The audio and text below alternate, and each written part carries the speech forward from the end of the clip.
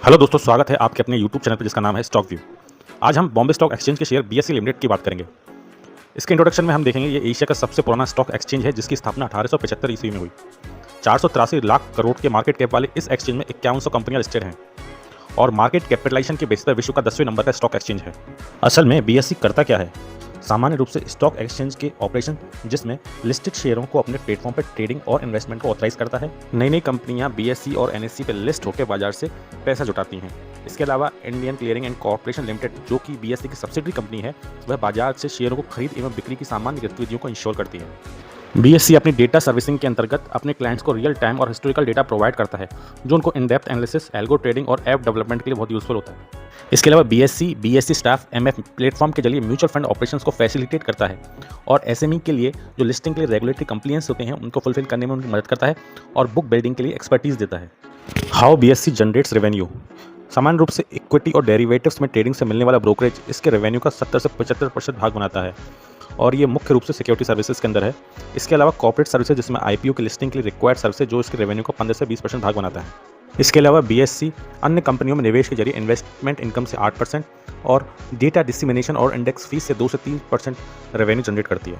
अब हम इसके फाइनेंशियल पैरामीटर्स के बारे में बात करेंगे। इसका मार्केट कैप 1.44 लाख करोड़ रुपए, stock PE 58, return on capital employed 58, return on equity 44.8, book value 164, debt to equity 0 है और इसने डिविडेंड पे आउट के रूप में 2024-25 में 23 रुपये दिए हैं। यह एक मजबूत फंडामेंटल वाली कंपनी है। बीएसई के फ्यूचरिस्टिक ग्रोथ को हम फाइनेंशियल ईयर 26 के क्वार्टर 4 के रिजल्ट से भी देख सकते हैं। लास्ट ईयर के सेम क्वार्टर में consolidated net profit 494 crore rupees से बढ़कर 797 करोड़ रुपीस हो गया है। इसका revenue year on year basis पे 916 करोड़ रुपीस से बढ़कर 1625 करोड़ रुपीस हो गया है और कंसोलिडेटेड नेट प्रॉफिट भी ईयर ऑन ईयर बेसिस पे 1322 करोड़ रुपीस से बढ़कर 2487 करोड़ रुपीस हो गया है। एबिटा भी ईयर ऑन ईयर बेसिस पे 100% बढ़ गया है और अर्निंग पर शेयर भी 12.17 से 19.58 हो गया है। किसी शेयर की स्टेबिलिटी देखनी हो तो उसका शेयर होल्डिंग पैटर्न एक बेस्ट इंडिकेटर होता है। बीएसई के केस में भी हम देखेंगे फाइनेंशियल ईयर 23 से फाइनेंशियल ईयर 26 तक एफआईए और डीआईआई ने अपनी होल्डिंग बढ़ाई है। जहां एफआईए ने फाइनेंशियल ईयर 23 में 7.6 से अपनी होल्डिंग बढ़ा के 19.4 कर दी है, वहीं डीआईआई ने अपनी होल्डिंग फाइनेंशियल ईयर 23 में 0.65 से बढ़ा के 25 कर दी है। वहीं पब्लिक अपना शेयर होल्डिंग को लगातार इस शेयर में कम कर रही है, जिसने 65.8 फाइनेंशियल 23 से घटाकर फाइनेंशियल ईयर 26 में 55.4 कर दिया है। Why BSE is shining.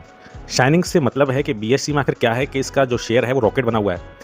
BSE limited के शेयर ने पिछले 2 साल से 150 to 160% का रिटर्न दिया है। तो चलिए समझते हैं ऐसा क्यों।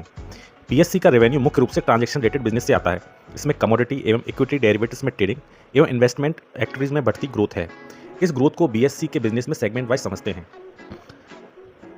जैसे ट्रांजैक्शन चार्जेस में 85 to 9% की year on year growth, data index analytics में ईयर ऑन ईयर बेसिस 50% की ग्रोथ और एसआईपी म्यूचुअल फंड में जो ट्रांजैक्शन में year on year growth 10 to 15% है, जो इसके शाइनिंग का मुख्य कारण है।